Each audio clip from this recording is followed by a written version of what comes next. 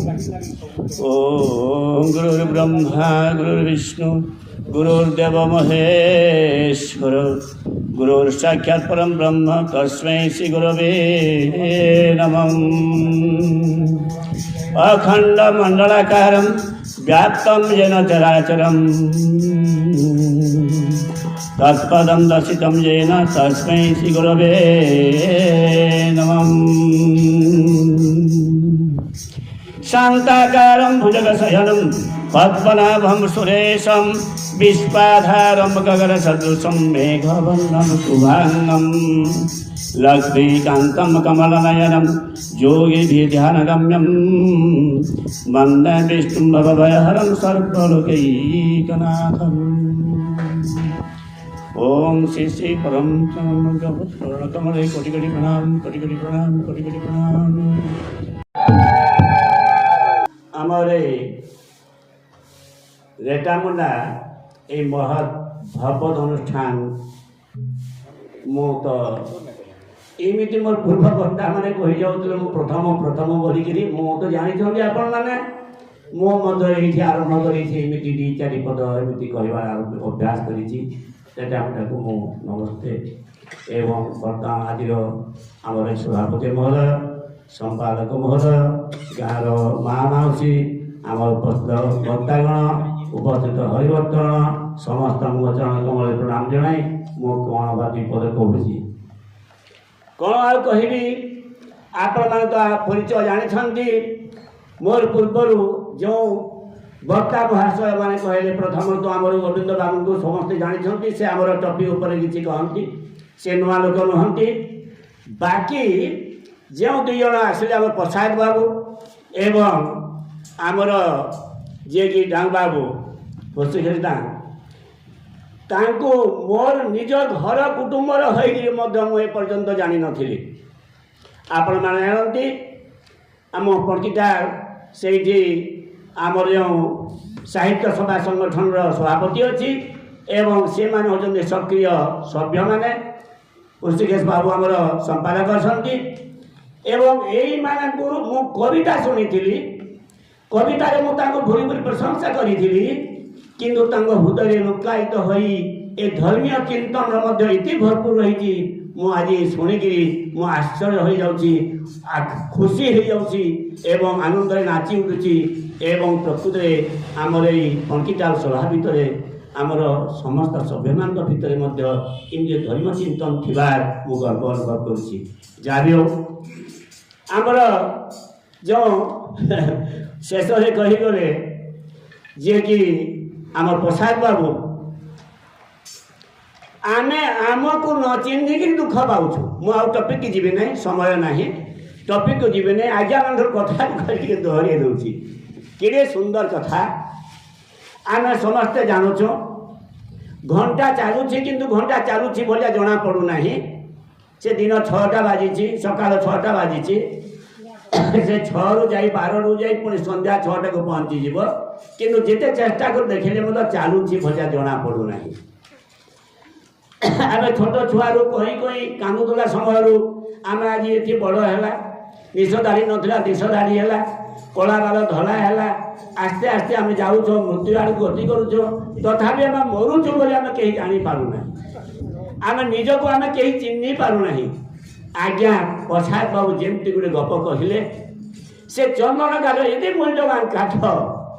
किंतु से मूर्ख से चंदन काठ को न जाणिक सब पोड़े दौला एवं परवर्ती गपरे कहले ये संसारटा मिछ माया संसार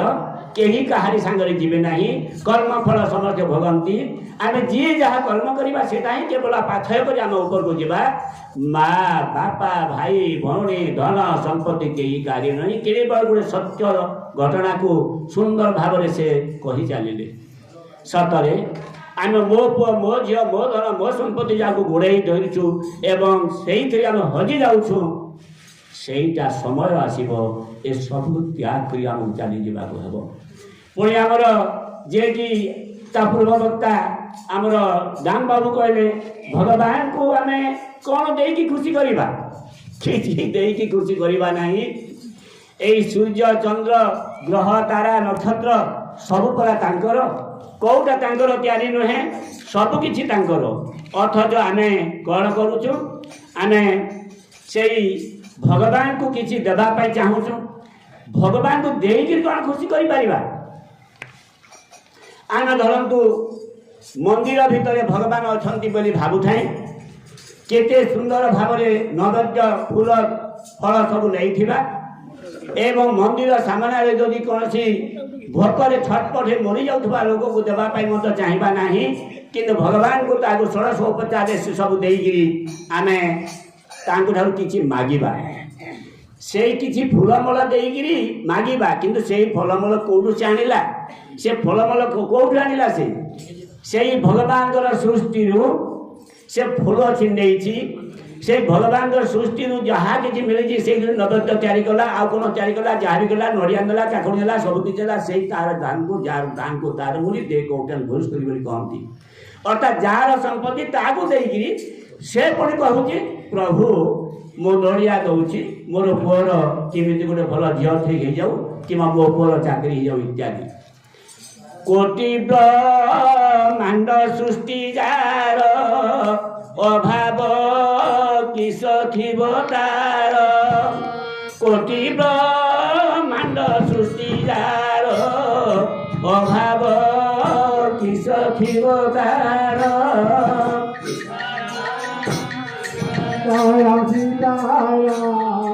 রাধে শ্যাম রাধে শ্যাম রাধে শ্যাম। সূর্য চন্দ্রে আলোকিত, গ্রহ নক্ষত্রে সুশোভিত। সীতারাম সীতারাম সীতারাম রাধে শ্যাম রাধে শ্যাম রাধে শ্যাম। ক্ষুদ্র দ্বীপটে তাଙ୍କୁ দেব, আহা ক্ষুদ্র দ্বীপটে তাଙ୍କୁ দেব, মনর ভকতি জনাও। সীতারাম সীতারাম সীতারাম রাধে শ্যাম রাধে শ্যাম রাধে শ্যাম। ନିର୍ମଳ ଭକତି ଜାନାହି, ଗ୍ରହଣ କରିବେ ବା କାହିଁ। সীতারাম সীতারাম সীতারাম রাধে শ্যাম রাধে শ্যাম রাধে শ্যাম। बोले भक्त वत्सल प्रभु भगवान की। देखंतु आज्ञा, आमे प्रकृतिरे ଯେଉଁ ଭଗବାନ ଏଇ ସାରା ସୃଷ୍ଟି ତିଆରି କରିଛନ୍ତି, ଗ୍ରହ ନକ୍ଷତ୍ର ଯାହାର ସୃଷ୍ଟି, ସୂର୍ଯ୍ୟ ଚନ୍ଦ୍ର ଦ୍ୱାରା ଯିଏ ସୁଶୋଭିତ, ଏଡ଼େ ବଡ଼ ସୂର୍ଯ୍ୟ ଯିଏକି ସବୁଆଡ଼କୁ ଆଲୋକିତ କରୁଛି, ତାଙ୍କୁ ଗୋଟେ ଆମେ କ୍ଷୁଦ୍ର ଦୀପଟେ ଦେଉ, ଆଉ ଭଗବାନଙ୍କ ପାଖରେ ଆମେ ବିଭିନ୍ନ ପ୍ରକାର ଆମର ଭକ୍ତିକୁ ଜଣାଇଥାଉ। କିନ୍ତୁ ସେ କ୍ଷୁଦ୍ର ଦୀପଟିଏ ଦେଲେ ମଧ୍ୟ ସେ ଖୁସି ହେବେ କେତେବେଳେ? ଯଦି ଆମ ହୃଦୟରେ ନିର୍ମଳ ଭକ୍ତି ଥିବ। ନିର୍ମଳ ଭକ୍ତି ଆମର ଯଦି ନାହିଁ, ଷୋଡ଼ଶ ଉପଚାରରେ ଆମେ ପୂଜା କଲେ ମଧ୍ୟ, ଯେତେ ପ୍ରକାର ଯାହା କିଛି ତାଙ୍କ ସମ୍ପତ୍ତି ତାକୁ ଦେଇକିରି ଯାହା ବି କଲେ ମଧ୍ୟ ସେ କେବେ ହେଲେ ଶୁଣିପାରିବେ ନାହିଁ। ଏଇ ଭକ୍ତଙ୍କ କଥା କହୁଥିଲେ ଆମ ହୃଷିକେଶ ଆଜ୍ଞା। ଭକ୍ତ ବତ୍ସଳ ଭଗବାନ, ସୋଦାମା ଦାରିଦ୍ର ଭଞ୍ଜନ। জয় সীতারাম জয় সীতারাম জয় সীতারাম জয় রাধে শ্যাম জয় রাধে শ্যাম জয় জয় রাধে শ্যাম। ভক্ত বৎসল ভগবান, সোদামা দারিদ্র ভঞ্জন। জয় সীতারাম জয় সীতারাম জয় জয় সীতারাম জয় রাধে শ্যাম জয় রাধে শ্যাম জয় জয় রাধে শ্যাম। রুটি খাইলে খুদ ভজা, রুটি খাইলে খুদ ভজা,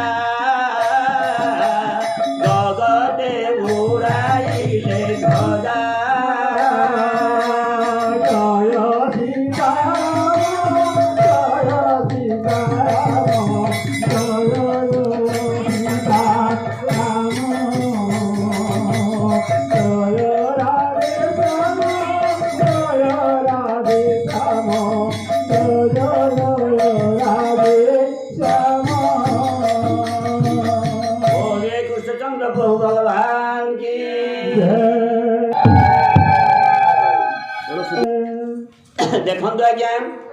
ପ୍ରଭୁ ଭଗବାନ ଅବତାର ନିଅନ୍ତି ଭଗବାନଙ୍କର ପ୍ରତ୍ୟେକ ନିଶ୍ୱାସ ପ୍ରଶ୍ୱାସ ଠାରୁ ଆରମ୍ଭ କରି ତାଙ୍କର ପ୍ରତି ମୁହୂର୍ତ୍ତର ଚାଲିଚଳନରୁ ଆମର ଶିଖିବାର ଅଛି ସବୁ କଥାରୁ ଆମର ଶିଖିବାର ଅଛି ସେ ତ ଭକ୍ତ ବର୍ଷର ଭଗବାନ ବୋଲି ଆମେ ସମସ୍ତେ ଜାଣିଛୁ ଆମର ହୃଷିକେଶ ତାଙ୍କୁ ଖୁବ୍ ସୁନ୍ଦର ଭାବେ ବୁଝାଉଥିଲେ ଯିଏକି ସୁଦାମା ତାଙ୍କର ସେ ଦରିଦ୍ର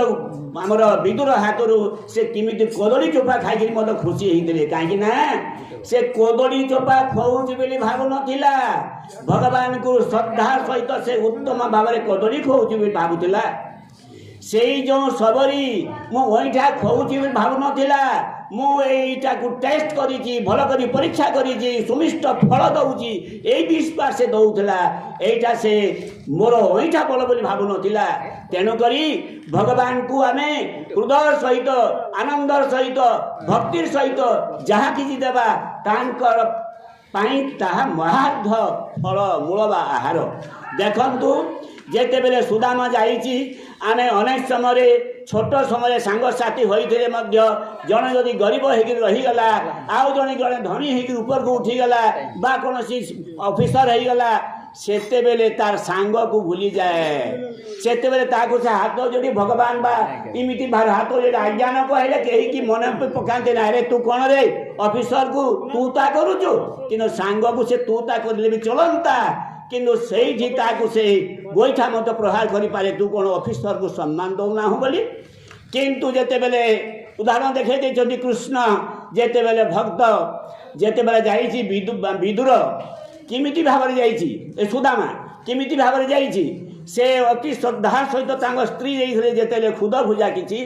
ଏମିତି ଖୁଦ ଭୁଜା ମୁଁ କୃଷ୍ଣଙ୍କୁ କେମିତି ଦେବି ବୋଲି ସେ ଲୁଚେଇକିରି କାଖରେ ଜାକିଥିଲା ଏବଂ ସେ ଦୂରରୁ ଠିଆ ହେଇ ଦେଖୁଥିଲା ନା ନା ନା ମୁଁ ଯିବି ନାହିଁ ସେ ପାଖକୁ କୃଷ୍ଣ କେମିତି ଏତେ ଉଚ୍ଚ ଆସନରେ ବସିଛନ୍ତି ତାଙ୍କର ସଭାସଦ ଚାଲିଛି କେତେ ସୁନ୍ଦର ତାଙ୍କର ପୋଷାକ ପତ୍ର ମୋ ପାଦରେ ମୋର ଏମିତି ଧୂଳି ଲାଗିଛି ମୋ କିଛି ପାଦର ପାଣ୍ଡ ଏମିତି ନାହିଁ ମଇଳା ଲଗା ପିନ୍ଧିଛି ଏ ଖୁଦା ଭୁଜା କେମିତି ଭାବରେ ଦେବି ସେ ଯେମିତି ଲାଜେଇକିରି ଟିକେ ରହିଯାଉଥିଲା କୃଷ୍ଣଙ୍କର ଆଖି ପଡ଼ିଗଲା କୃଷ୍ଣ ଦୌଡ଼ିକି ପଳେଇ ଆସିଲେ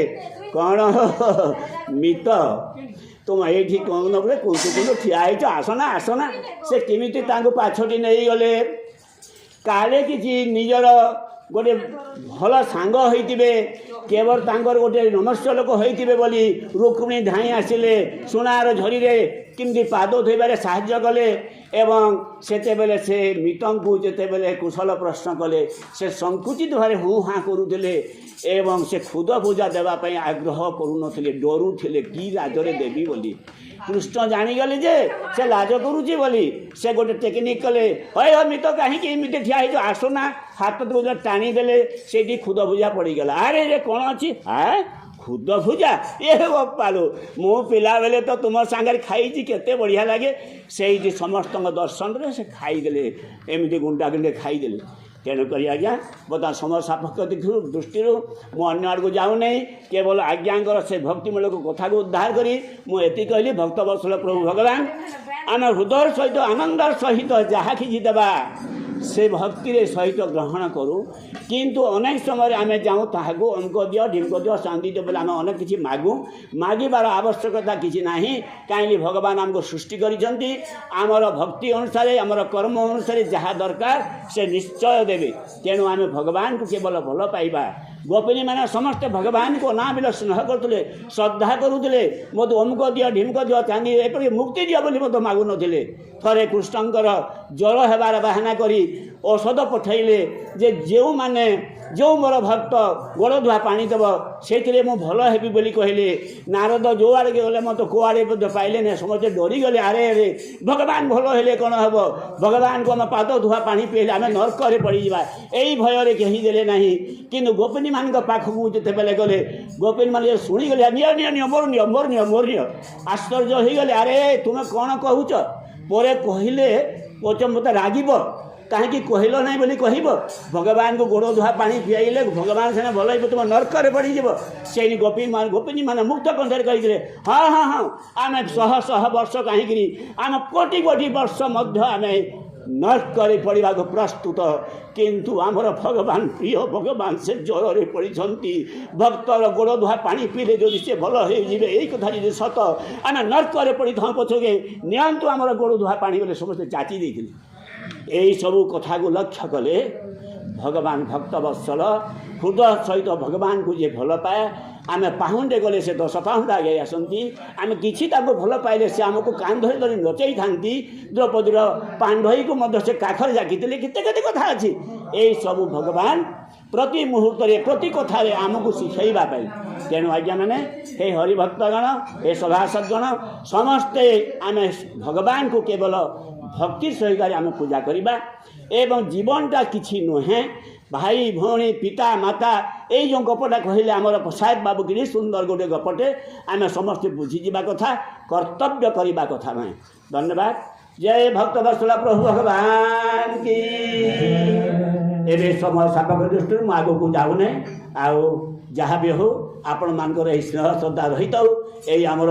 ଧର୍ମୀୟ ସଭାଟି ବଞ୍ଚି ରହିଥାଉ ମାଆ ମାନଙ୍କର କୀର୍ତ୍ତି ରହୁ ଆମର ଏଇ ଗାଁର ସମସ୍ତଙ୍କ କୀର୍ତ୍ତି ରହୁ ଆମର ଗୌନ୍ତିଆ ବାବୁଙ୍କ ଠାରୁ ଆରମ୍ଭ କରି ଆମର ଫଗୁରୁ ବାବୁଙ୍କ ଠାରୁ ଆରମ୍ଭ କରି ଯେତିକି ଅଛ ଏ ଗାଁର ହରିଭକ୍ତଗଣ ସମସ୍ତଙ୍କ ମଙ୍ଗଳବାର ଦେଖିବା ହରି